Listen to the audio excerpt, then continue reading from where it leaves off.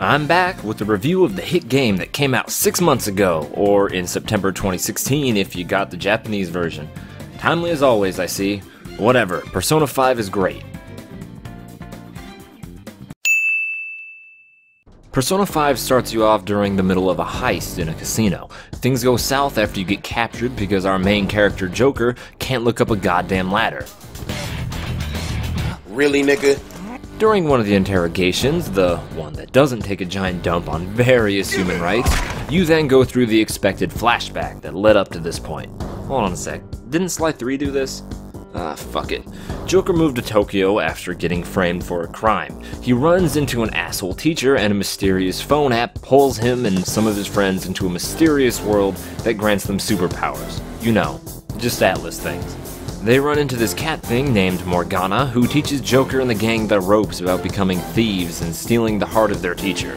I swear to God, this isn't a dating sim. Well, mostly not a dating sim. Anyway, after succeeding, they form the Phantom Thieves in an effort to stop evildoers or help Morgana or reform society or something. And that just covers the first dungeon with about 100 more hours ahead of you.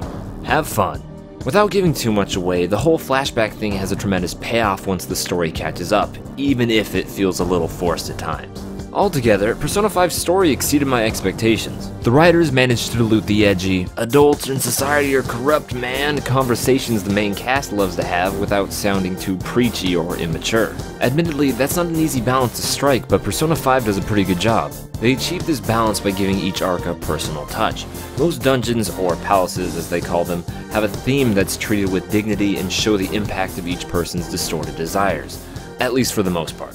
One of the reasons the story holds up so well is due to the strong main cast and despicable villains. It plays like a Robin Hood story. The good guys are relatable and interesting who go outside the law to take on the antagonists, who are scum and hold the power in society. Maybe it's the Stockholm Syndrome talking from playing the game for so long, but you get attached to these characters. The sheer size of the game allows each of the cast to progress naturally, and most social links, or whatever they're called this time around, flesh out characters even further. Hell, even the fucking mascot character isn't terrible. After Persona 4 and its mini spin-offs, I thought I was gonna get Sigma Climb levels of cat puns for 100 hours straight, which would want to make me Persona 3 my brain. If I had to nitpick, there aren't enough voice lines for my liking. It also feels like the dialogue spins in circles without going fast enough, but this is a large game and these gripes aren't really a big deal. But let's get into the real reason you play Persona, the waifus. Here's the totally official tier list of every romantic option. For the record, Futaba is best girl because I too am a socially awkward nerd with glasses. I took the time to write my thoughts on each individual character in the description so you can read that if you want to know why you have shit taste. Not so fast, Zubatticus. I think you forget this game's real best girl, Haru. Futaba may be the one we relate to best, but which would you rather have as a waifu? The virgin shut-in or the Chad rich girl with one of the best character designs in recent memory? Not only is she sweet as cupcakes, but she's also a badass and carries around a freaking grenade launcher. How cool is that? But she's also not a doormat, even if she does start out as one. If you dare to cheat on this girl, you get exactly what you deserve. Are you done, Snickety? You kinda just rudely interrupted my review. Not just yet, because I still need to tell you why Persona 5 has the best waifus. It seems Atlus has been hard at work in their best girl laboratories to create objectively the best romance options the series has seen. Persona 3 was rough in this department and lacked the option to be faithful to your chosen waifu. You just romance everyone automatically. Persona 4 fixed this and added more great choices in waifu, but I think it's fair to say Persona 5 has perfected the formula. There's something for everyone in here. Do you want a hot dominatrix girl with a gothic punk fashion sense? You have Tei Takemi, who I'm certain has pegged a guy or two. But maybe you're like me and all you did at school was fantasize about banging your English teacher. Well, you can do that in this game. And she dresses as a maid. There's a fetish for everyone. Sadly, there are no trap romance options. Oh, and I also wanted to talk about— Anyway, if you're unfamiliar with Persona, the gameplay consists of balancing your everyday student life, like studying, working one of the 5 part-time jobs you can get, and hanging out with friends, with dungeon crawling and monster slaying. It's a dense game for sure, and it's all incredibly stressful.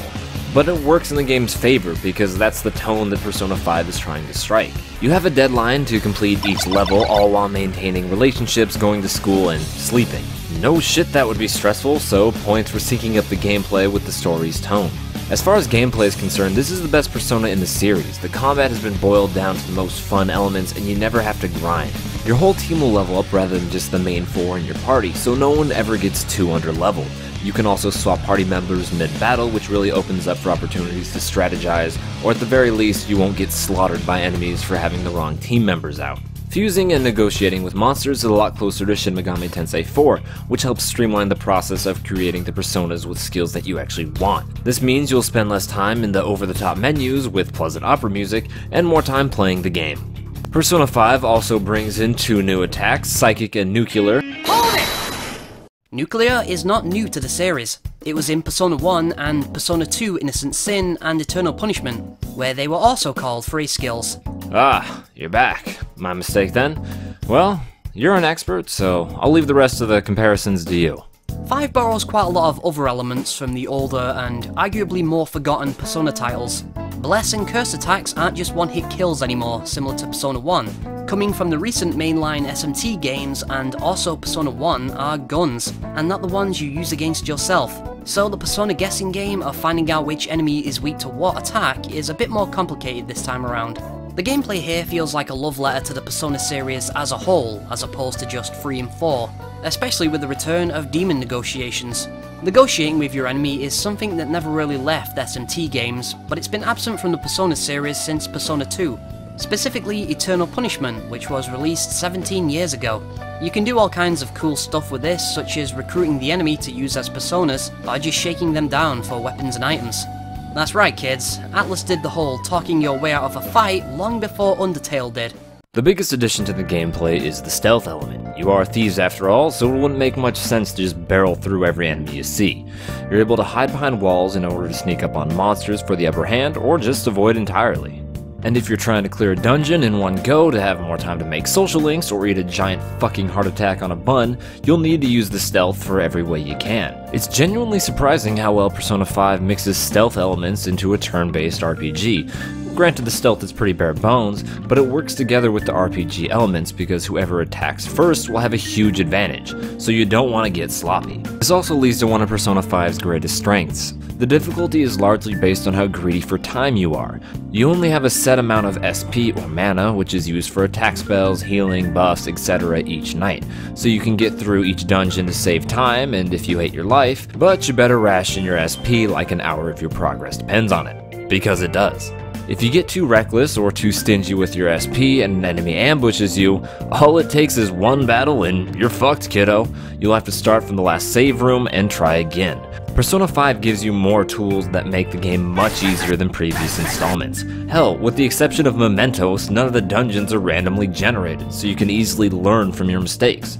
But there's still that classic SMT challenge at the core of the gameplay. I'm also a fan of the game's bombastic set pieces that are used to showcase the inner hearts of man. They're ridiculous, but every area is fitting for the thief theme. Everything about this game is dripping with detail. Even the menu screens are insanely busy and only make my eyes bleed a little, but that might have to do with the red, black, and white color scheme. Either way, it's still a feat, and when this is coupled with the great soundtrack, Persona 5 sets the stage perfectly for its game. Now, if we could only get the voice actors to pronounce Japanese names a little better. But to think it'd be you, Sakamoto. Persona 5 is an excellent JRPG that everyone remotely interested in series or genre should play. You've got a fantastic story combined with fun gameplay that'll keep you engaged by forcing you to play smart. You'll need to plan out a schedule in the real world and solid battle plans while you're in the cognitive world. By the way, if you're having trouble with battles, the answer is almost always use more buffs and debuffs. Persona 5 gets an A. I hope you guys enjoyed the video.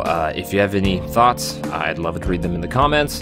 Hey, Snickety, are you still around? Would you like to plug your channel to all 8 of the viewers I get? Well, you can listen to me gush about Haru more at SnicketySlice, a channel dedicated to obscure Japanese games, Persona, bad movies based on anime, and whatever other weeb trash I feel like talking about that week. If you've already taken a disliking to my English accent and just want to see more from Zubatticus, well, he appeared in my Doki Doki Literature Club review, so check that out at the very least. Just a heads up, that's another really good game that you should definitely play. Anyway, thanks for watching. I'll have another video one of these days. I think it'll be Evil Within 2 next. Later.